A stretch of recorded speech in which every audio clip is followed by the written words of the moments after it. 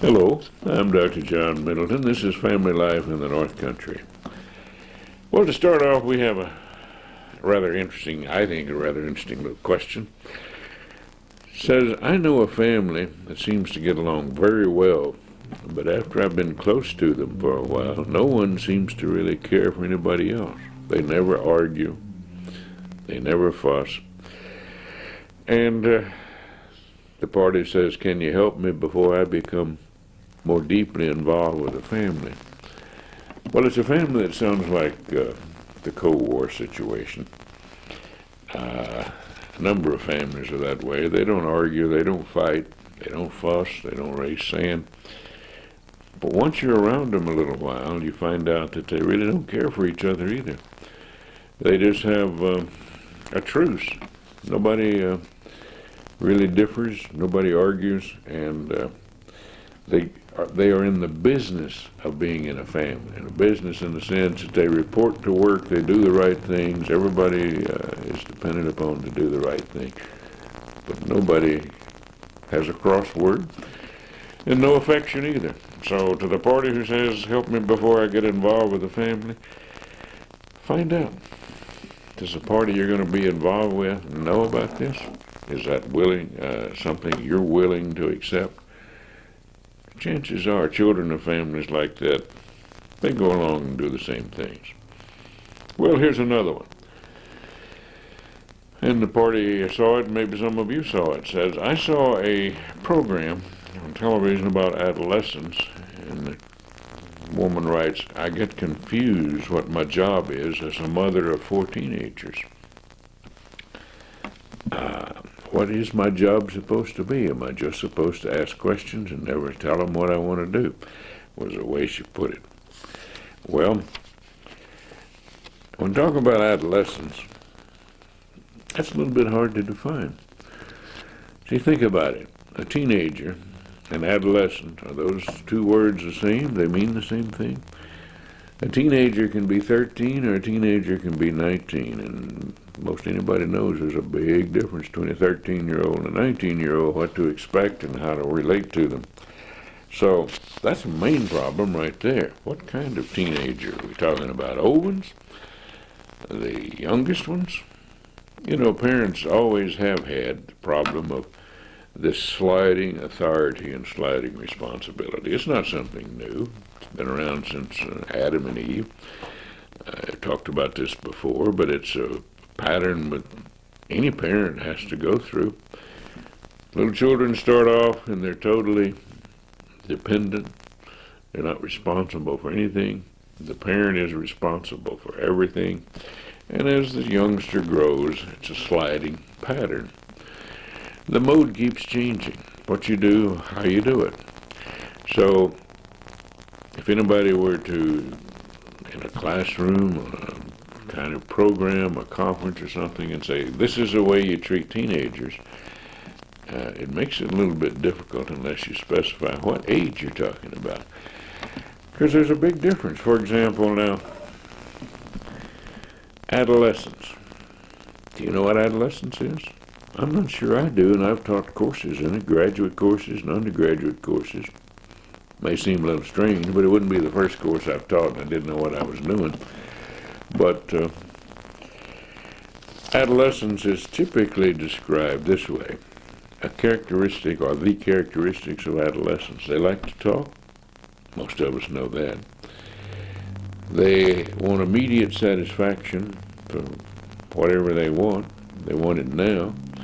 They have a low frustration tolerance. We recognize that. If they don't get what they want, they tend to be unhappy. They like to do things for the fun of it. Nothing wrong with that, is it? Hedonistic is a word. They do things for the fun of it. Another characteristic of adolescents is that they are indifferent to the world at large. Their immediate concern is the whole world. They're not particularly concerned about what's out there, somebody else's world. And the typical adolescent has not the capacity to see things in perspective, particularly in reference to change. Now, none of those things are sick. None of them are pathological. Those are not characteristics of unhealthy, disturbed adolescents. Those are the characteristics of normal, healthy adolescents. So you can see what kind of problem we have. If you're trying to tell somebody how to relate to an adolescent, it's very important to know what age you're really talking about. Like the characteristic of being indifferent to the world at large. We see an 18 and 19-year-old who's in the military. That person's still an adolescent. That person is very much concerned about some of the problems. And a 16-year-old can certainly start seeing and making good use of seeing change in perspective. But a 12-year-old? No, not really. What we also see is the children growing up, they like to have the right to make decisions for themselves. Anything wrong with that? Of course not. We all do, don't we? It's called the locus of control. We like to think we're in charge of our own immediate area. Somehow, though, that conflicts with parents. Parents like to think they're in control. And most of the time, parents are. But as the youngster gets into the teen years, more and more parents, without even thinking about it, allow the child to make more and more decisions for themselves or herself. That's not a problem. You know, parents just sort of come older than the children. People talk about generation gaps. Well, of course there are generation gaps. There always has been, there always will be a generation gap. Because that's just the way the world operates. And here's another complication. It comes up from time to time. I mentioned it before on the program. But it's a fascinating change that doesn't have a good explanation. For, about 75 years now, it's been observed that girls are maturing. They're reaching adolescence, or they're reaching young adulthood. They're having their menarche, the beginning period. That's when people usually talk about children becoming adults. Girls, when they have their first period. Girls are reaching that 6 months per decade earlier than their grandparents and their great-grandparents, and without a good explanation. I say without a good explanation, there's not a good scientific reason. Everything that's been researched so far, nutrition, better health conditions, things like that, they don't seem to hold up when put into close scrutiny. But what's happening is that the girls are reaching that level of maturity, say at 10, 11, 12 years of age now, whereas it used to be 14 to 17. Big difference. Here's a youngster who is physically developed and say she's 11 years old. That makes for a change in perspective. How does a teenage boy relate to her?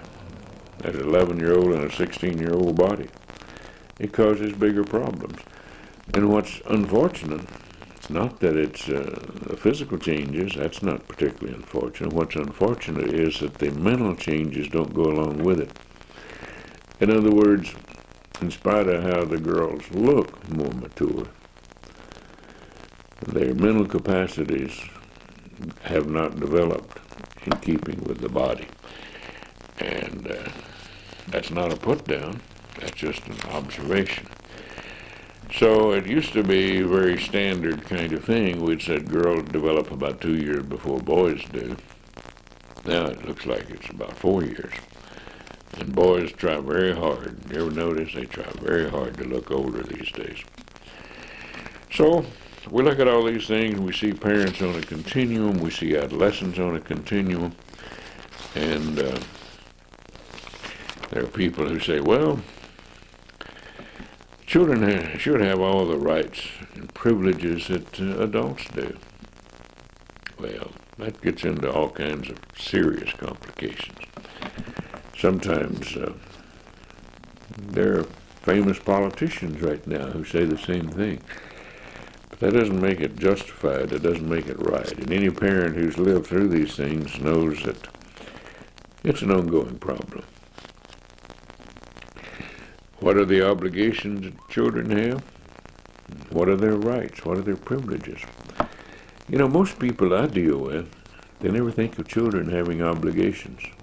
They think of parents having obligations. You're supposed to do things like food, clothing, shelter, provide a good school, provide health, protection.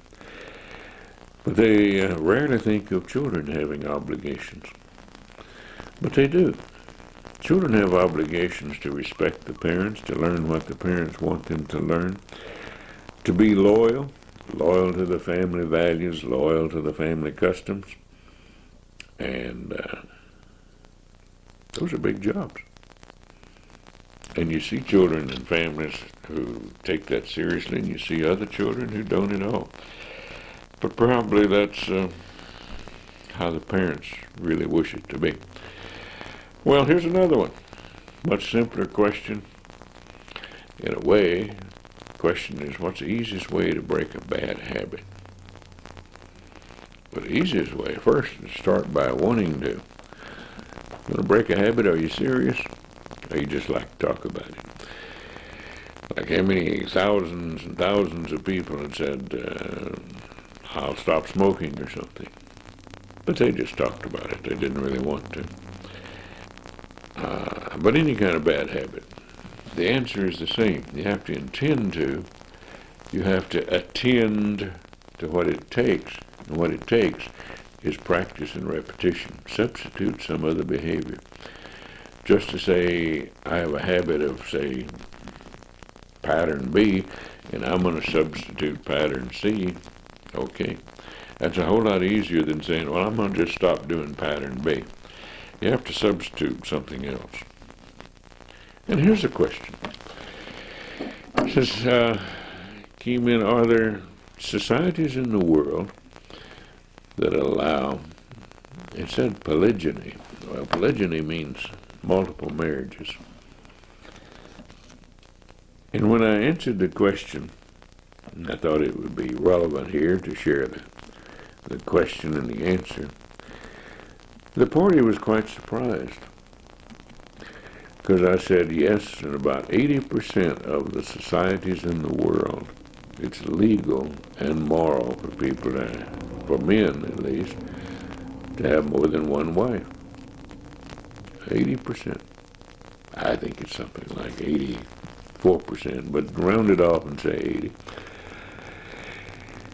But what's interesting also is in these societies, even where it's legal and moral, only about 4% of the people in those societies practice it. You may wonder why. The why in most societies is economics. In other words, a society that says, yes, a man can have X number of wives, also typically says, but he has to support all of them the same, equally. And that's a big chore. I guess men are too lazy to support 3 or 4 wives all equally. In those societies where that occurs, of course, the women don't have equal rights. Women aren't out working supporting the husband. Yeah, I know a lot of men who'd like to have several wives if the wives were out working supporting him. But that doesn't seem to happen. Not in these societies where it's legal. Very few societies allow a woman to have more than one husband. Very few. Just a handful. Have been known to have existed in history. And interestingly enough, where that has happened, it's usually for basically control of population and property. In other words, the property went through the wife, and she could have more than one husband. The difference is typically that when the woman has more than one husband in the societies, and these are small groups, small societies, the husbands are not in the home at the same time. But in the societies where the man has more than one wife, that's a common pattern. The wives are all in the home together. But men don't seem to get along that way. Maybe that's why there aren't more societies that practice it. Well, until another time, I'm Dr. John Middleton. This is Family Life in the North Country. Have a good one. That'd be great, I guess. Hello, I'm Dr. John Middleton. This is Family Life in the North Country. Well, share with you about something I ran across. I ran across a report published in a Journal of Divorce and Remarriage that talked about elementary age children being winos, the percentage of them who were using alcohol and drinking wine. In the 5th and the 6th grade, about 40% of the children from broken homes had used alcohol. And here's what's sad about it.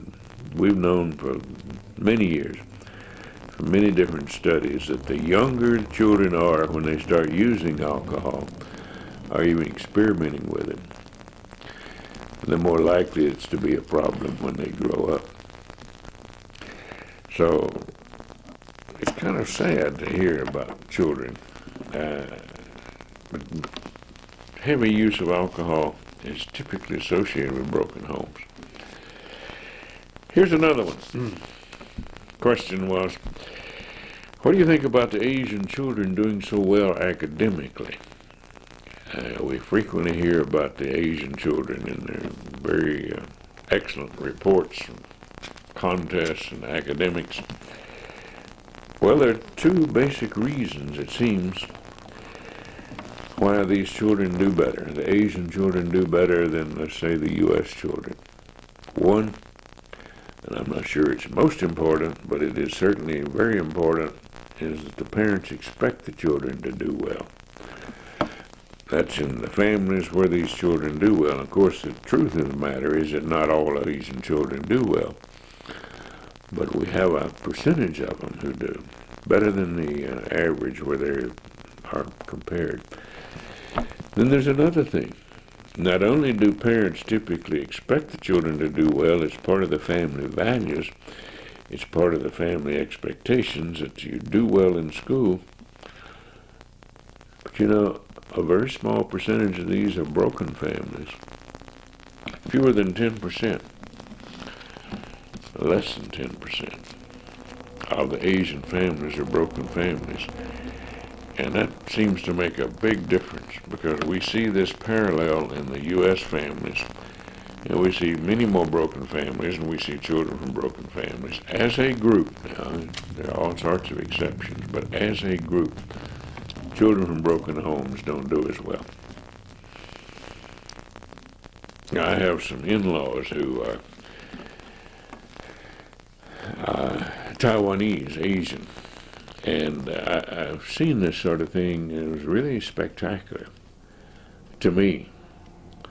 I was in the home one day visiting, and one of the high school kids came in sharing what the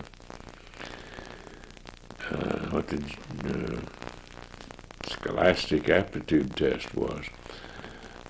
They were practicing taking the college entrance exams, SATs, and I remember the youngster saying something about 1,100 and something. And I remember thinking, well, that's a very respectable test score. But the mother, the Taiwanese, said, well, I guess you'll have to take it again, because that score is not high enough. Just like that. Well, very interesting to see the difference. But quite a remarkable difference, and very high achievers there. Well, here's another one. Question. It said, is there an equivalent depression in men when the wives go to work as compared to what happens to the women? Yes.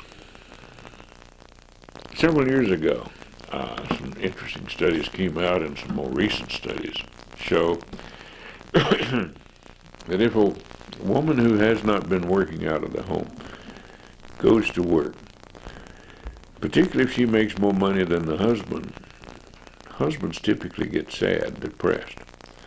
They're no longer the rulers of the roost. Power seems to go with the income. But women tend to get depressed, and it's associated with whether or not the man supports her in her work. You see, the typical woman who goes to work outside the home still keeps doing more homework, more of the domestic work in the home. And if she's working outside of the home to make a success of that, and she's trying to still do all the homework, it wears her down. So it's not uncommon for that to become a depressive pattern. Men seem to get depressed too if they don't want the wife to work. It's more of a threat to them, their ego, their ability to provide for the family. Interesting ways how it seems to have the male ego there. Why should they be depressed if the woman's going out and making money to buy him toys? That so often is what happens. He'll get used to it in time. And most of them then, when the wife says, well, if you don't like it, I'll quit, then they start finding reasons why the wife should continue working. That reminds me, one time in another state, I was working with a couple. This guy had a very, very responsible job with the state, one of the top positions in a very important state department. Another state, but his wife went to work. She went to work because she was bored at home. She didn't need to work. They didn't need the money. But she made a fabulous success in the stock markets. She started selling stocks as a salesperson, and then she started investing. She was so successful investing in stocks, she could spend about 30 minutes a day and make more money than her husband made. And she'd only work at it about 30 minutes a day. And he got so depressed about that. It was kind of sad, but it was also a little ironic, because he was recognizing. He was happy for her, but he was the one who was sad. Okay, here's one that's a little more contemporary, perhaps a little bit of a puzzling question, since our family is divided on Kosovo. My brothers think it's okay. My dad thinks we ought to stay away from there. And my mother says we have to do something to help those people being persecuted. And it's tearing up our family. What can we do? What's right? Well, that's a geopolitical question, and those are always serious. But I can give you some opinions about how I've seen other families work on this recently. Obviously, it's recent. See, let's set out some principles in the family. If we follow a principle that first we do no harm, we try to evaluate a pattern that way. It's what we think we ought to do or need to do. Is it going to be harmful? First, we do no harm. If you're going to be killed, you have a right to protect yourself. If somebody's going to kill your neighbor, you have a right to protect your neighbor. Who is your neighbor? So this sort of question comes up about the right of defense and the right of offense and doing no harm. If we know that somebody's going to be hurt and we don't act, are we culpable? Are we responsible for that? What do we need to do? Well, as people discuss the issue, perhaps it would be well if they said what we need to do has to be in proportion. What needs to be done in proportion to the harm that we're trying to prevent. That comes up in the questions. I was listening to a family try to discuss this, and what really was a benefit in the family was that they learned that they could discuss the issues without becoming upset. A very important question. The questions were just revolving around this international situation. This idea of proportionality. and to hear the different members in the family talk about it. Some of them had different opinions, clearly different opinions. But what I was really impressed with was that how one member of the family felt free to express a difference, very clear difference. And even though somebody else may have had an opposite viewpoint, what happened was that the family seemed to become cohesive and grow together, and they could relate to it. I think that's what's important. In family life, it must be terrible what's going on. But how do you stop the tragedy, and where, and when, and what all's involved in a geopolitical situation? It's complicated. Maybe that helps on the question. Here's another one. He said, my husband, this is something that comes up from time to time, my husband now claims that he's an atheist and doesn't want our children to be exposed to what he calls all that hoopla that's going on in the church. What can I do? Well, the first question I would say is, where were you married? Were you married in a church? Was your husband part of it? Was he an atheist at the time? And by the question, I gather that he wasn't, or you didn't think he was. Now, if the children are already involved, and I presume they're children, what have they been doing? Have they been participating in the religion? Are they taking part of it? Because this is important. If you start on a program and then you stop it, it tells the children something very important. Like you don't believe in it, it may not be as important as you once said it was. What's going on? It may have negative impact. So is this husband really an atheist? And is he somebody who's proactive? In other words, he's an atheist and he wants everybody else to be, or is he like most people who claim to be non-believers? He's a non-believer, but he doesn't care what everybody else believes. He just doesn't want to be put in a position of having to participate in religious activity as he sees it. So when the question is, what can you do about it? Why not have a discussion about what's involved here with the children? You can't force somebody to believe something. Even the Pope in the Roman Catholic Church says we don't impose, we propose.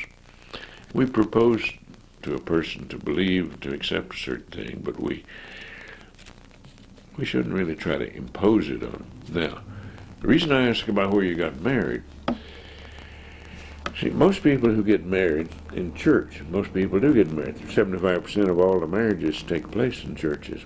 Well, if you got married in a particular church, was it required to say what you were going to do about the children and how the children would be raised? That's not uncommon for some churches to have that. Some faiths believe that you get married, certainly, but you also have an obligation to rear the children in that faith. And, for example, people who believe in Judaism have that, and people who are in Catholicism, and you put them together, there's no way to compromise that. Neither one of them are atheists, of course. But the person who is a follower of Judaism has the obligation to rear the children in Judaism, and the person who's in Catholicism has obligation there. So how do you handle it? With an atheist, try to find out whether or not he's really wanting to impose, to be a practitioner of atheism, or just doesn't want to be imposed on himself. What vows did he take? Was he serious at the time? Did he take part of it? Or did he know that you had to take vows, or part of your commitment in making the marriage that you have to promise to rear the children in the faith? And are you being denied your own faith? That's a very serious question, very serious. Well, maybe that's a good place to start. I mean, to stop right now. Until another time, I'm Dr. John Middleton, Family Life in the North Country. Have a good one.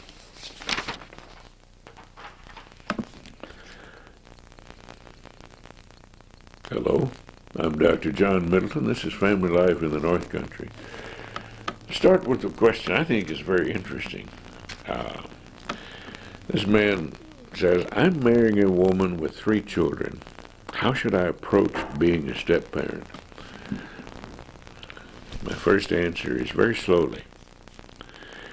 See, depending upon the ages of the children, depending upon whether they're boys or girls, it's very important. First, discuss these questions with your intended spouse. What authority will you have? Are you going to be expected to have authority with the children or not? Some biological parents want the step-parent to take over and to be in charge, and some of them don't. Are you going to be competing with a biological father? Is a biological father in the picture? Is he a frequent visitor? Is he competitive? Or is he just not in the picture at all? Is he alive? Is adoption in the works?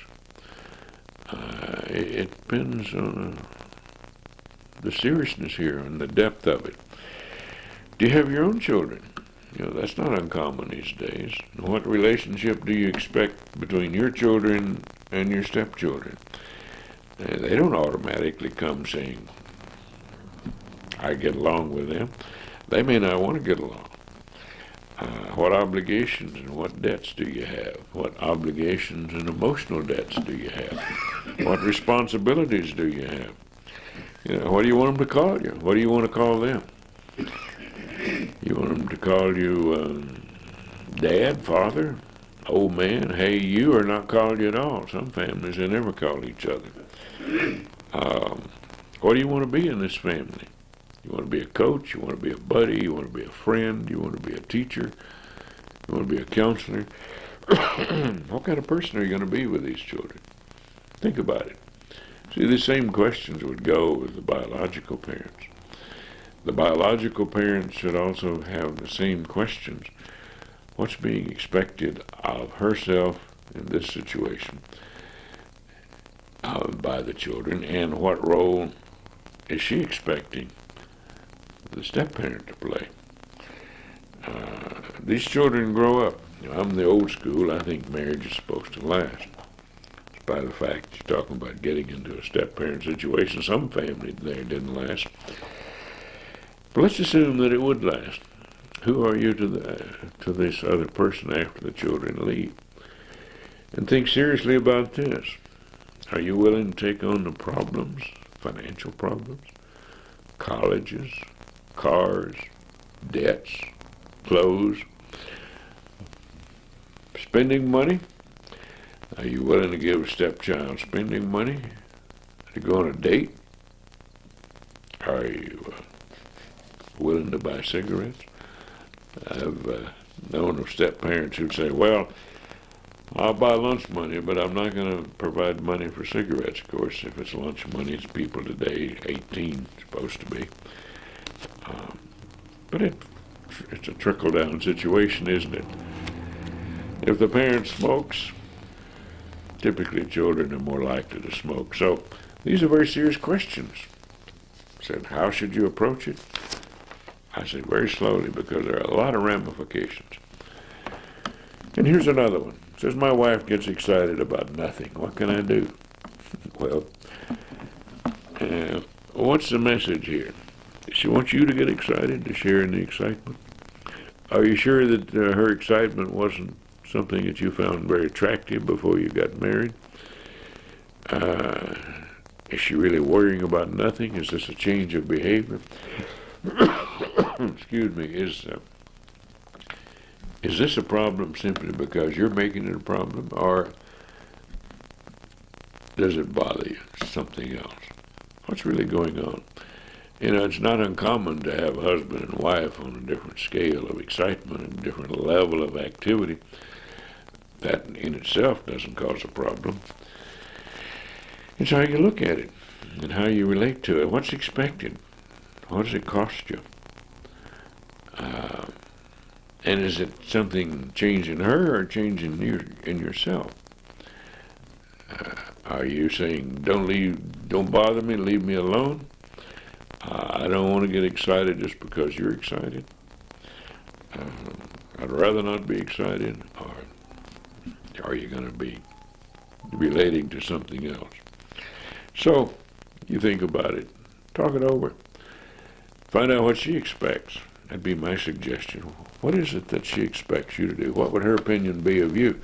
She know he's an old stick in the mud and not on a log. He doesn't do anything. He never reacts. Or is she getting depressed? Or maybe you're getting depressed. Doesn't mean that either one of you are sick. First look to see if there are differences. Okay, here's another one. This, unfortunately, is something that crops up pretty often these days compared to what it used to be. Says, I'm in love with a woman who's separated from a husband, and I think she loves me too. What can I do? Well, you can live by your principles, your moral convictions, or you can violate all the above, or presume you don't have any. But somebody has some moral convictions. The woman is married. She's still married, legally. So, technically, this is an adulterous relationship. And sometimes these adulterous relationships carry a very big price. And you need to look at the price. Proper circumstance would say, stop, look, and listen, like the old railroad crossing. Better stop, look, and listen. There might be a railroad. Might be a train coming down that railroad, rather. Somebody who gets into that situation. Are there children involved? What do you expect? What can they expect? They have a father, they have a mother, and they're married, and chances are they're now broken or separated, at least according to your question, and they're going out with somebody else. What's the message to the children? Typically it gets worse. It compounds itself. The world is already complicated now, so I would suggest don't get into that sort of thing. Make your life as simple as you can. Better for you. Now here's a question, a little bit like the other one, but it has even more complicated circumstances.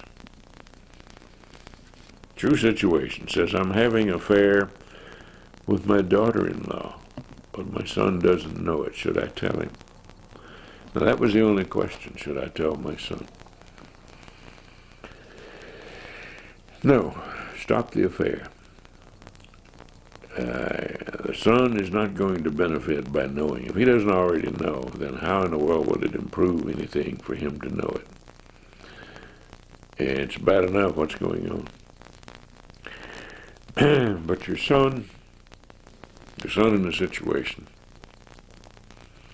might look upon that as an unforgivable sin, an unforgivable problem, an unforgivable misdeed on the part of his wife or you.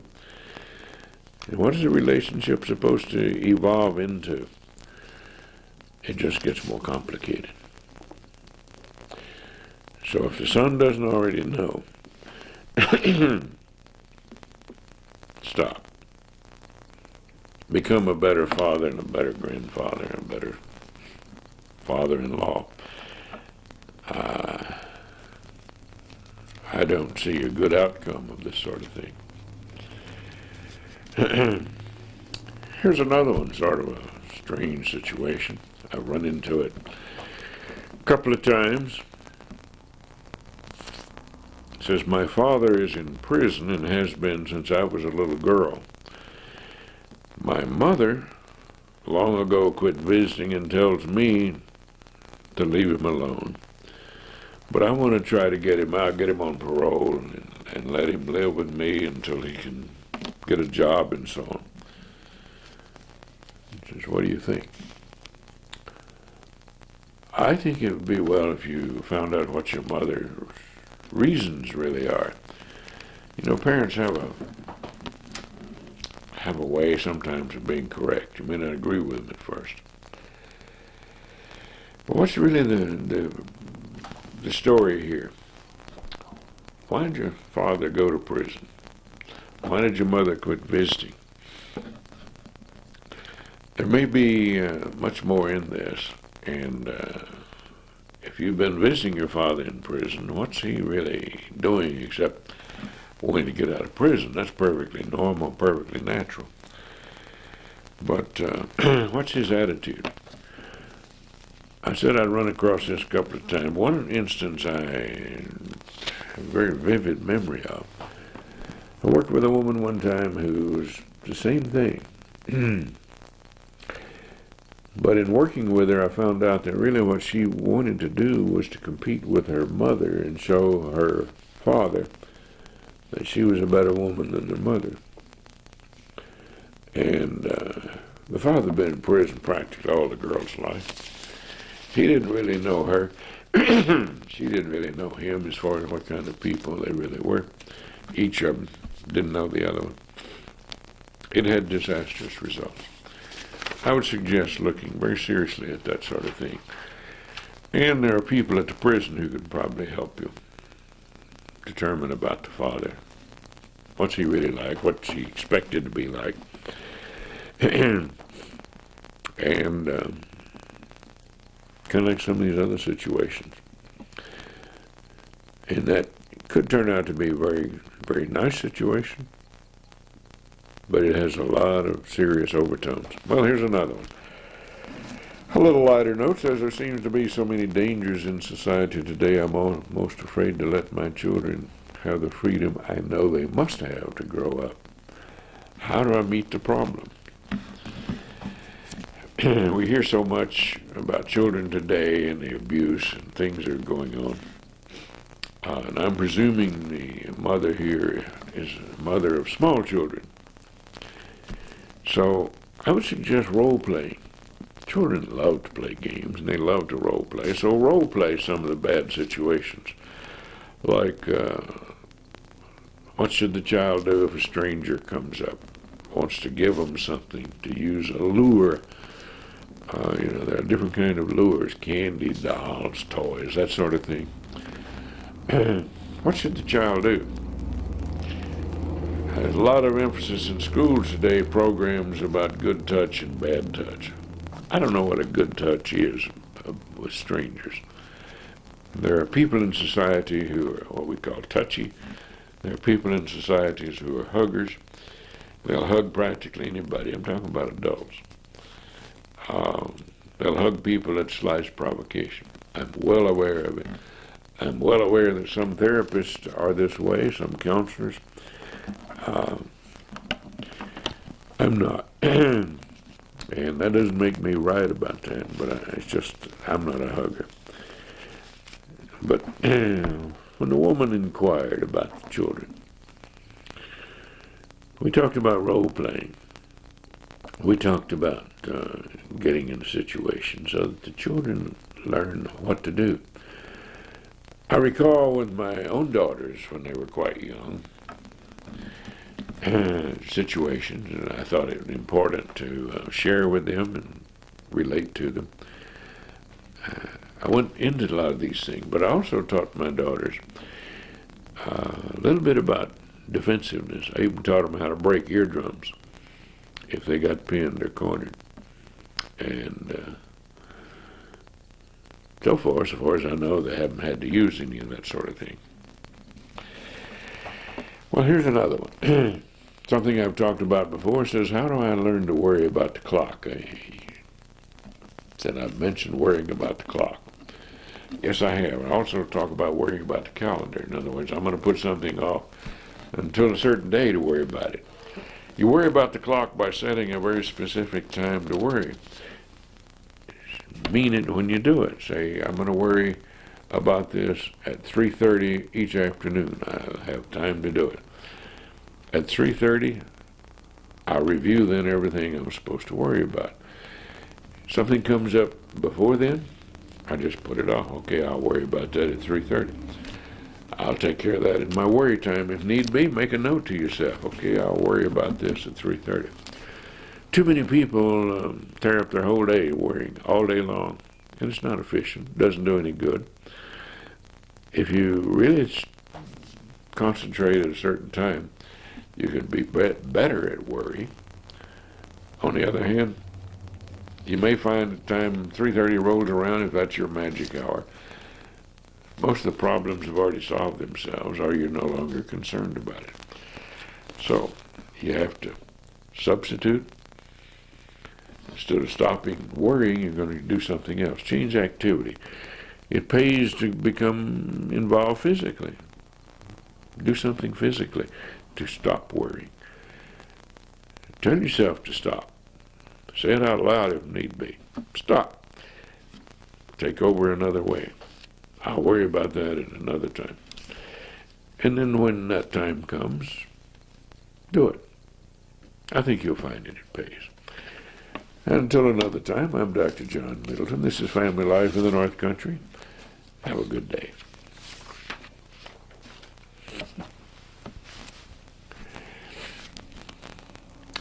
Hello, I'm Dr. John Middleton. This is Family Life in the North Country.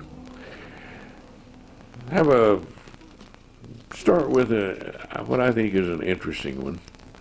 It always has been and comes up from time to time. But this one came in from a teacher.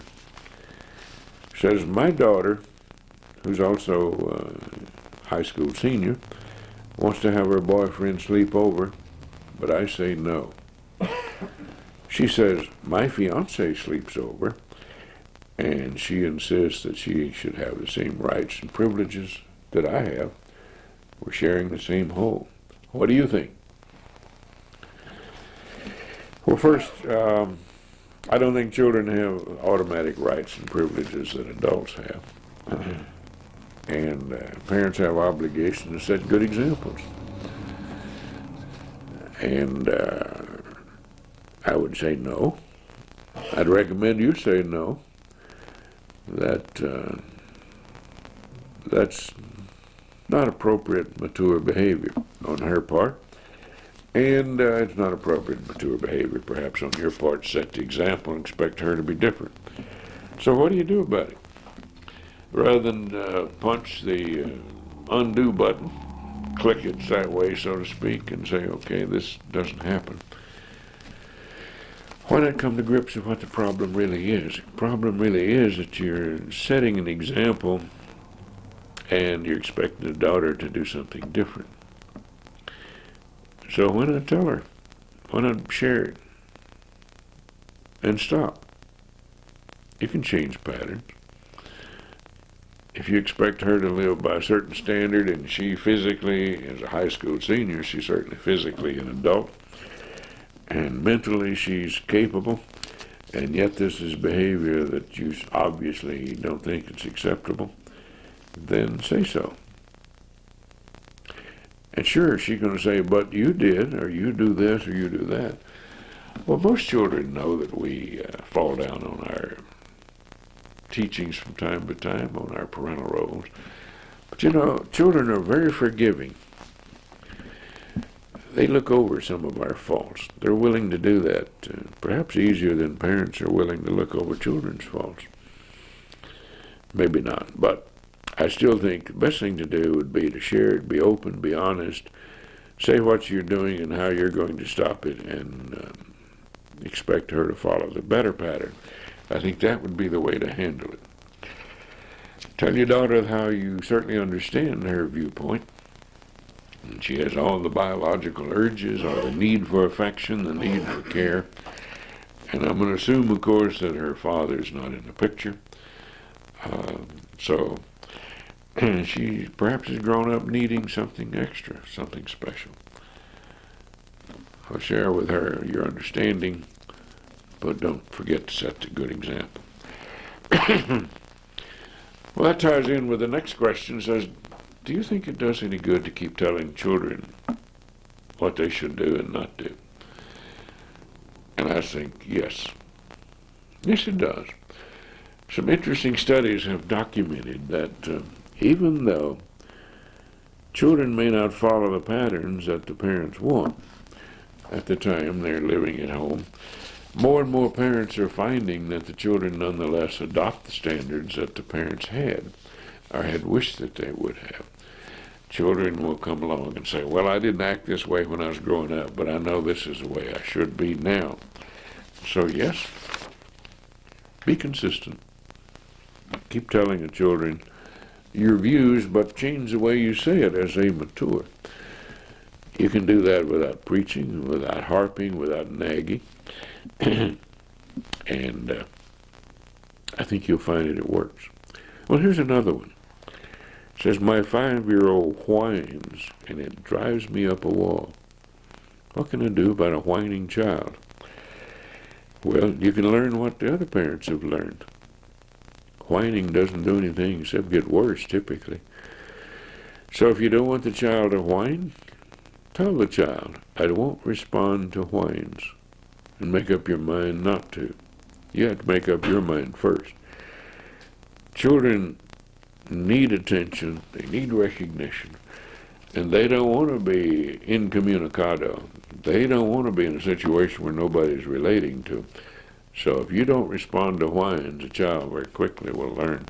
And you can make a game out of it. You know, like Simon said, you can play the game of you don't do anything unless you first says Simon says do something. I certainly have seen that with many families where the parent gets a child to do certain things, like yes sir and no sir and if you please. There's a game like that. And thank you. Get children to say thank you. You can get a child to stop whining by not responding to the whine. You can say something about clear first that you're not going to respond anymore as long as the child whines. And so the child starts whining. You look at the child and just wait. See how quickly it takes the child. You'll probably find the child learns pretty quickly. And when the child does give a proper response, say so. Recognize the proper response. Well, here's another one. Shift a little bit.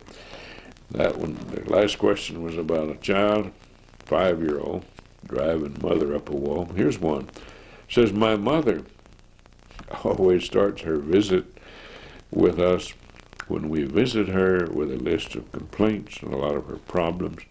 How can we avoid this? How can we avoid it without being rude? And she does the same thing if she comes to visit our house. We'll start with being considerate. What does your mother really want? What's really involved here? What's the issue? Is she wanting attention? Is she wanting some kind of recognition? Perhaps giving it first like you do with a child. The best way to handle a child who is needing recognition and doing something, acting out to get the attention, is to give the attention first. Perhaps the same thing with your mother. But if that doesn't work, if that's not really the issue, then your mother may not like it, but why not talk to her about it? Say something like, well, you know, Mother, when we come to visit you, it seems it always starts with negatives. We walk in the house and you start being negative. Now, I would suggest in confronting your mother, have in mind first you want the relationship to improve. If you want the relationship to improve, then there's a pattern how to go about it. First, with that intention to improving, use only the information the person gives you. You put yourself in that person's position, you personalize it, saying, well, it seemed to me as if I did that, then thus and so would happen, and you always leave a way to back out for the person to contradict. For example, to say to the mother, it seems that every time we meet, it seems to me that we are greeted with a list of complaints. Now, if I were doing that, trying to put the rules into effect, if I were doing that, and I met you with a list of complaints when I first met you, it would seem to me that what I was really trying to get you to do would be recognize me first, rather than to have a greeting. Do you agree with that? And you ask, do you agree with it? Give the person a chance to back out. I think you'll find that it may improve the relationship. It would be both ways. Here's another one. It says, have you ever seen a husband and a wife who can't work together, but they get along well with other people? Oh, yes. I've seen another couples who, the husband and wife, they don't work together well. But working with other people, making them what they're doing, they seem to get along. And sometimes that's not a problem. I say it's not a problem. Sometimes they don't want to work together, and they get along great in every other way. Then why not let it happen that way? And if it's important that you have to work, then why not have the people discuss it? You may find that they have a different attitude about work. They both may accept the fact that work needs to be done and whatever chore needs to be done, but they don't agree on how to do it. Well, that doesn't necessarily make either one of them wrong. They may have a different approach. But there are husbands and wives who don't get along in terms of working together, but they get along in other things. And then there are people who don't seem to get along except working together. You know, they can work together, but they can't socialize together. They don't have good companionship. So if it's just working together, I would say that's a lesser problem. And if it's really important, chances are most any counselor can help people reconcile that. And here's one. It comes up interesting. It says, every time I see this certain person, I have to put up with a dog. It's a lot of trouble to me. And the guy says, love me, love my dog. What can I do? Interesting question. It assumes that one person has more authority than the other one to control the circumstances of the relationship. And I don't agree with that. See, I think a person has as much right to say, love me without your dog, as the other one says, love me with my dog. I think that's on par. And so I think it's important. How much does the dog cost you? Does that dog in the relationship cost you more than you want to put up with? And say it. Be open about it. You have a right to a relationship without the dog. If you want a relationship with a dog, you can have a dog. That's your business. But sometimes it's testing a situation. Love me, love my dog. It's like a person saying, love me, love my bad habits. You have a right to. Well, here's another question. It says, I have a boyfriend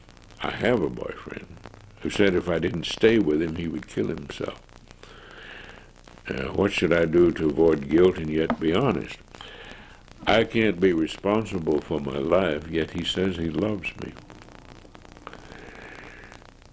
Every now and then this comes up, and sometimes rather serious circumstances in counseling, emergency situations. But anyone who threatens to kill himself is not loving. That is not a statement of love. It never is. It never can be, because it contradicts love, what love is really about. True, you can't be responsible for somebody's life, and you aren't responsible, so there's no point in going on a guilt trip about it. So I would suggest being very clear and making a statement. So you're put in a bind. You're wrong if you do, and you're wrong if you don't, and that never works. I would suggest saying something to your boyfriend. I'm sorry you feel that way, but it's an attempt to control me. That's not love, and it's not a set of conditions that I can go along with. Say it open and say it clear.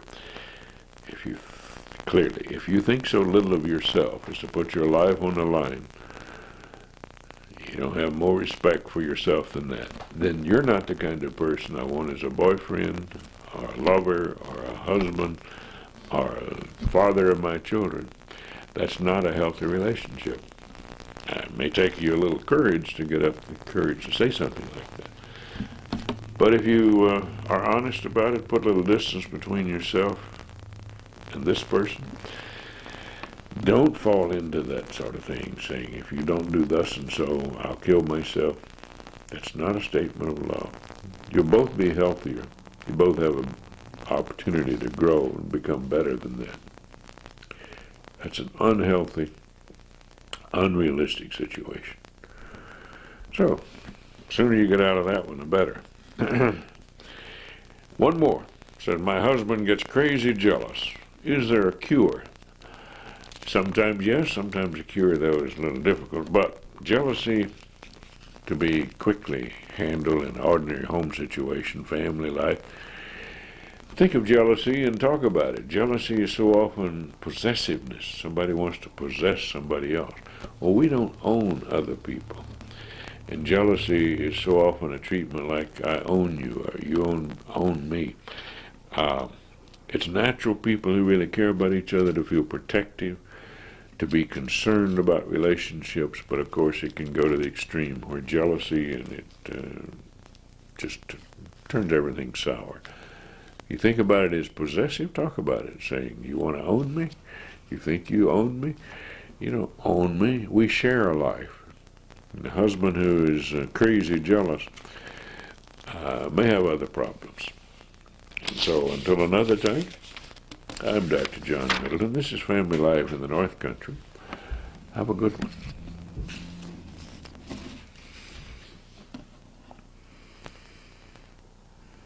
Hello, I'm Dr. John Middleton. This is Family Life in the North Country. And the question starting off today is, my insurance company says my marriage counseling isn't covered by health insurance without a diagnosis and treatment for the condition of that diagnosis. Is that correct? Well, it depends on your insurance carrier. If it covers mental illnesses, physical illnesses, personality disorders, adjustment disorders, then where do you want to put the problem with the marriage? You see, in marriage, is one person sick and the other one isn't? That's how most insurance carriers try to handle this. But some of them are more, shall we say, consistent. And they say if it's a marriage problem, it doesn't necessarily mean somebody's sick. And if you're not sick and there's not a diagnosis and you're not being treated for what it's being diagnosed, then the insurance doesn't cover it. So it depends on what your carrier says and what's really being involved. It doesn't mean that marital adjustments can't cause adjustment problems which need help. That's true. But go to your personnel office or the insurance carrier. Find out there what's covered. And I know that there are a number of people who say, well, I don't have to be sick, and certainly you don't have to be sick to have a marriage problem. People can have adjustment problems, and sometimes a diagnosis is hard to find, how to put that together. Here's a question. It says, how can I learn to trust my wife again after she had an affair last year? That's a very serious question, and the answer, it may sound a little flippant at first, but the answer, I think, is the same way you learned to trust her the first time. Now, how did you do that? You shared time together, you accepted each other, and first, after people have had an affair in a marriage, let's assume that one person apologizes. And let's assume that the person is saying that this won't happen again. So those are the basic conditions. Some people need an apology, and some people need a promise. But then a lot of people, that's not enough. They still want to know, well, how can I learn to trust again? You can learn to trust again the same way you did the first time. By enjoying things together, by doing things together. And what I've recommended is to add a new dimension that you didn't have before. so that you can focus on the new facet, the new dimension in life, rather than the old problem. And I think if you really do that, and be honest about it, are you expecting a certain amount of guilt? Are you expecting a certain amount of punishment? And how long is that supposed to go on? I've had couples, I've worked with them where the person said, well, I'll forgive her, but it's going to take a certain amount of time. I don't know how people come up with that time. I don't know how people come up with it. I know it's there sometimes, the way people feel.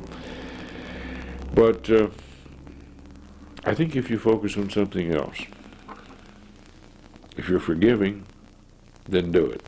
It'll be worthwhile. Okay, here's another one. It says, my husband is mean, lazy, and a drunk, and sometimes he seems to hear voices. What's his diagnosis?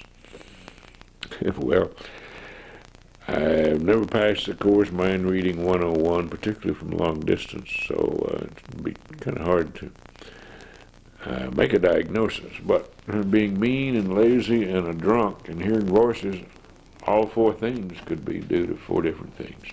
They don't have to be related. Or they could all be related. Being mean may be the way the person's been all his life. Is that true? Being lazy could be the way the person's been all his life. Is that true? Are these changing behaviors? Being a drunk, let's assume he didn't start off being a drunk, although it has happened. But hearing voices? No. Sounds like something else. Does he want help? When does this occur? See, being mean, lazy, a drunk, and hearing voices could all be alcoholism, but chances are it's not. Does he want help? Does it interfere with one or more areas of his life? Will he go for help? Will he accept help? Those are questions that you need to ask, regardless of the diagnosis. The diagnosis you don't treat, you treat people. Here's another one. It says, I have an aunt who is sick, lives alone, and refuses to go for help. What can be done to make her get the help she needs? Okay. Whose idea of the need, when you say lives alone, is sick, in whose opinion? If she's not getting help, in her opinion, is she sick? And does she really mind living alone? So perhaps an objective opinion, somebody else's outside opinion, would be more appropriate here. Could you get a public health nurse to look in after her? Could you ask your aunt to get a checkup so the rest of you could feel better? She may not want to give up what she has. It may be very important for her not to do so. Sometimes older people are not unhappy. They're just unhappy in other people's eyes, but in and of themselves, they may not be unhappy. They may not feel alone or sick. And of course, there are so many cases where this is not true. They are sick, and they are alone, and they're depressed. And so, the quicker they get treatment, the better they feel about themselves.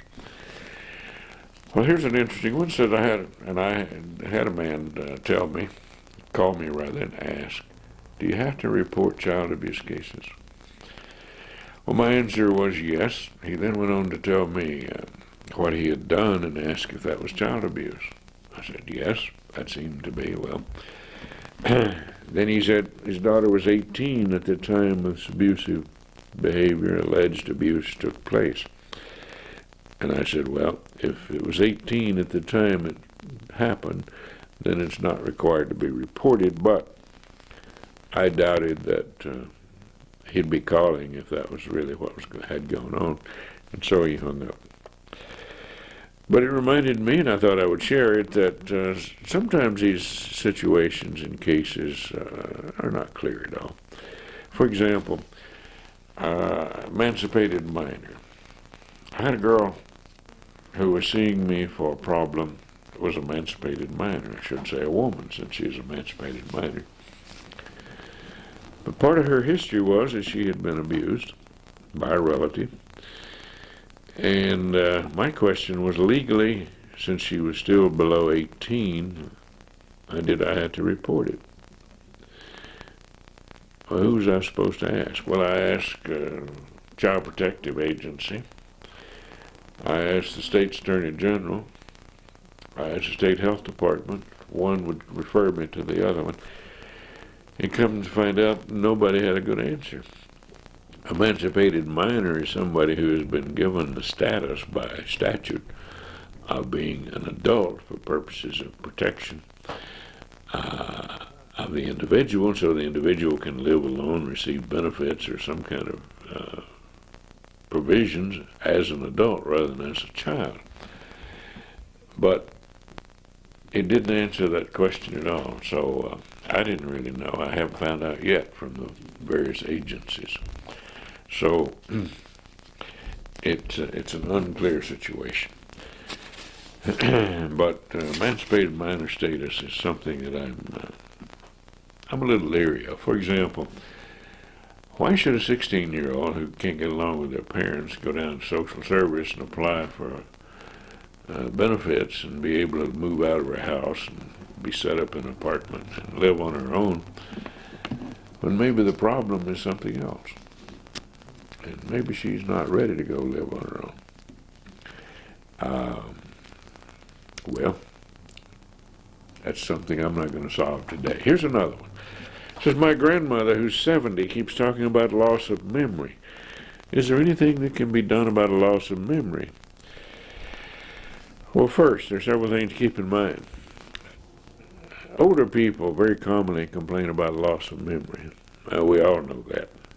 But what most people don't know is that they really don't have a loss of memory. They're just concerned about it. And that sounds strange. Here's what's really the truth of the matter, is that everybody has memory losses. It's not peculiar to a certain age. What we have found, and what we know, and I've been working in the field of gerontology for many years, is that old people, particularly depressed, the more depressed they are, the more they complain about memory loss, until they become so depressed they don't really complain. But people grow up hearing about memory loss with age, and so they become self-evaluative and think, well, if I can't recall something, it's because I'm losing my memory. Well, that's not necessarily the case. Comparative studies between young people and old people show that there's not a great deal of difference between the ability to remember something between the elderly and the young. What's different is how they organize something to remember it. Young people are much better at organizing than older people. And they recall things, therefore, better. But the same person who can't recall right at the moment, with learning how to organize the memory and organizing what things are learned to be remembered, same person can remember those things. So it's not a defect of the memory. It's a pattern of organization of how we approach something. You try it yourself sometimes. If you're trying to remember something, let's say 10 numbers. How do you remember 10 numbers? Maybe you'll find you can't. You can only remember 7. That seems to be about the most people do. I've given hundreds and hundreds of memory tests. But if you organize them, if you organize what you're trying to remember, it's much better. Most people talk about forgetting names when they meet people. Well, there are all kinds of gimmicks and places and things to do to remember names of people. But the loss of memory is sort of like reaction times in older people. It's true that older people have slower reaction time, but is it to a significant degree? Most people don't have any idea. The test of a nerve response takes a nerve impulse to go from point A to point B. Let's say in young people it's about 70 miles an hour. But 70 miles an hour from here to here, it doesn't take very long. With old people, let's say it's 68 miles an hour to go from here to here. Is that significant? Does it tell the difference? It's very hard. So the next time you hear old people talking about loss of memory, don't take it quite so seriously. And don't take it literally. Maybe they don't have a loss of memory. Maybe the person's just worried about it. They practice organizing it. There's a lot of good ways of learning how to do memory. But what we get into sometimes is depressed people. And when they get over the depression, they tend to do better. You know, it's like exercising. You know old people who have trouble turning their neck? I know old people talking about reaction times in driving. I've seen old people who won't turn their head and look behind them when they back a car. You've probably seen something like that. I've known people who actually had accidents because they didn't turn their head to find something coming from the side. That's practice. And some of the old people just keep backing up until they hear glass break, and others hope something's not going to happen until they can find room to turn around. Well, those are bad habits, not because a person can't see, not because a person can't do what's supposed to be done. It's the person not being motivated to do it. I know people who refuse to exercise enough to turn their head to look back. You know, anytime we're driving reverse in an automobile, we're supposed to look back, not just depend on the mirrors. But I've known people who just won't do it. You probably have too.